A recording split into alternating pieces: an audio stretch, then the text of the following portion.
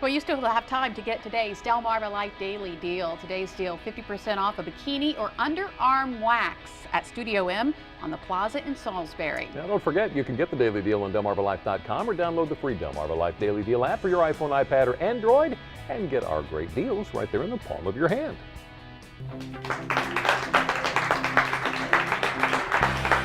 Since 1972, The Price is Right has been a staple of daytime television. Even after all these decades, the show remains popular among everyone, both young and old. And lucky Brian Spiros made the trip out to Los Angeles to get a behind-the-scenes look. He joins us now with more. Brian? Well, Jimmy and Lisa, during my visit to the set of The Price is Right, not only did I get to interview the very popular Drew Carey, I also spoke with the show's announcer, the voice of The Price is Right, George Gray. Take a look. Here it comes from the Bob Barker studio at CBS in Hollywood. It's The Price is Right. There's the catchy theme song, the excitement, the prizes. How'd you like to play that game for a brand new hybrid car?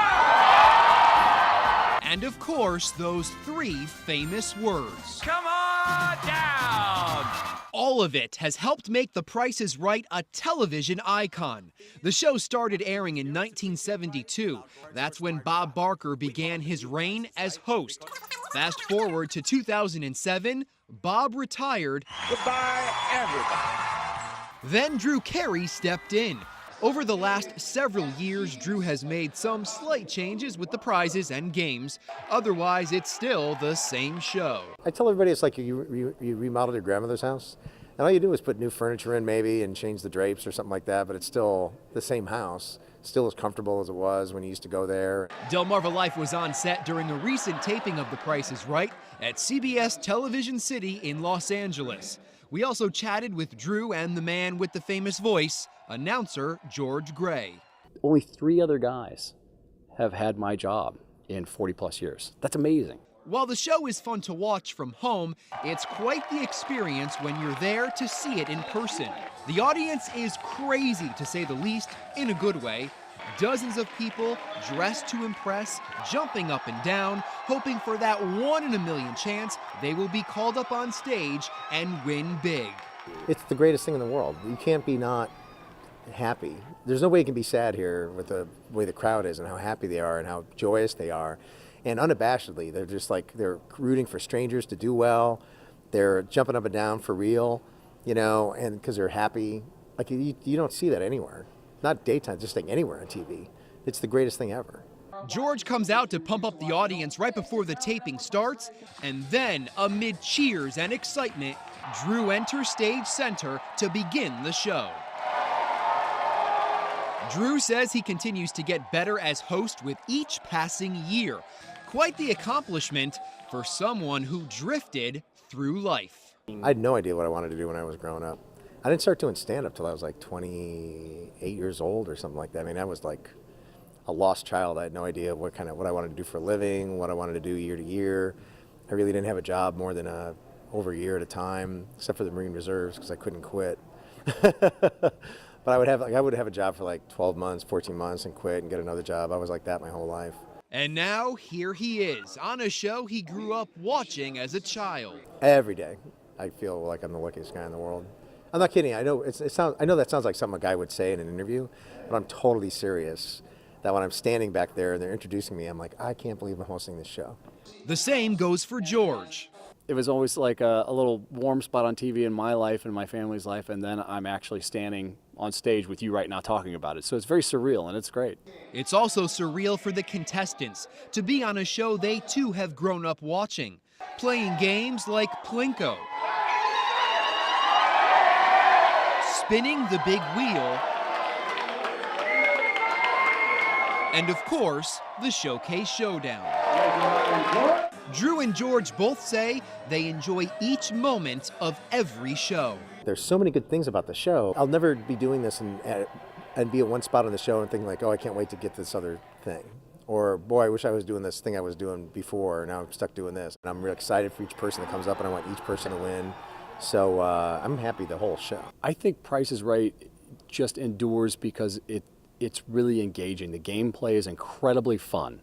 There's so many fun games to play, and the wins can be epic, the losses can be tragic. I mean, there's so much tension built into it. And for those of us who watch from home, we've all had those moments where we yell at the TV or can't believe something a contestant is doing or saying. But according to Drew, we should maybe be a little easier on them. For anybody that's ever been on TV, you know, when you get like at a party or like somebody's videotaping you at a party even, like you're really super body aware and like, oh, you think everybody's looking at you. Am I fat? Am I too skinny? My hair is messed up. Oh, I forgot to get my hair cut today. What do I wear this for? Like all that stuff is going through somebody's mind when they're on TV on this stage and they're trying to figure out a price and trying to not look foolish. And there's a lot of pressure on people when they're doing the show. And that's why sometimes you see you making obvious mistakes that you wouldn't make at home. And if you think I came all this way without hearing those magic words, think again. Brian Spiros, come on down. You're the next contestant on The Price is Right. I couldn't have said it better myself. Oh, I loved it. Here are a couple of interesting facts about the show that you may not know. The Price is Right studio is the same studio where the Carol Burnett show was taped. Also, contestants cannot get the prizes they win until their show actually airs. Many of them are taped weeks in advance, and the show we were at will air on May 30th, so certainly a lot of fun. Wow, how about that? Yes. As cool as this was, this isn't the only thing you did while you were there. No, they weren't going to send me to LA for 3 days and let me just do one thing. That wasn't going to happen. What else you did? I actually, while I was there, I went and I was able to speak with the ladies of the talk. They're right there. Oh, Julie wow. Chen, Aisha Tyler, Sharon Osbourne, Mrs. O, Sarah Gilbert, and Cheryl Underwood. And they were wonderful. Their interview is going to air next week, and they were great. A lot of fun. Actually, they were joking a lot. I had to sort of reel them in during the interviews and be like, let's be serious, ladies. I also went to the set of Entertainment Tonight, which was not far from where the talk was. There I am with host Nancy O'Dell, who's absolutely beautiful in person. And of course, your favorite Rob Marciano was not there, Lisa. He was in Cancun that day, so I got to interview her. And then I also went onto the set of Young and the Restless. Oh, Nikki. And there I am, Melody Thomas Scott. And I interviewed several of the actors from The Young and the Restless. And I actually shot a scene with Nikki. Talked to them about what it was like to remember their dialogue, do love scenes, cry on command. Yeah. And basically, Nikki saw if she was able to make me cry in a scene. And? It got emotional. You have to wait and see. Oh, until come it ends. on! I'm not Okay, so we're going to see this through the month of May. Yeah, you'll see them in the month of May. And then we also just mentioned a gentleman from Wicomico County who's living in LA. He's a director and writer. He actually just released a documentary on the Amityville Horror, which is a story everyone knows. Yeah, sure. So our own Delmarva local connection, and that story will also be airing. So I was very busy on the West Coast, as you can see. Boy, no kidding. Looking forward to So, a seeing lot of all that fun. through the month of May. Good, thank and you. we want to thank you for watching Delmarva Life. Be sure to join us tomorrow. It's all over our cars. You can see it blown across your yards. Pollen, it's everywhere. And boy, are we feeling it. How you can get a handle on spring allergies. Did you know 3 out of 4 of us are scared to go to the dentist? Some actually turn it into a phobia. How to make sure that your kids aren't afraid to climb up into the chair. Plus, I'm at it again. I'll be somewhere on Delmarva with clues to help Lisa and Jimmy try to figure it out. They probably won't, though. You can play the guessing game, too. Wow. And we are in the kitchen with Jules of Ocean City. Don't forget, if you missed any of today's information, just visit delmarvalife.com. Delmarva Life, life at its best here on Delmarva.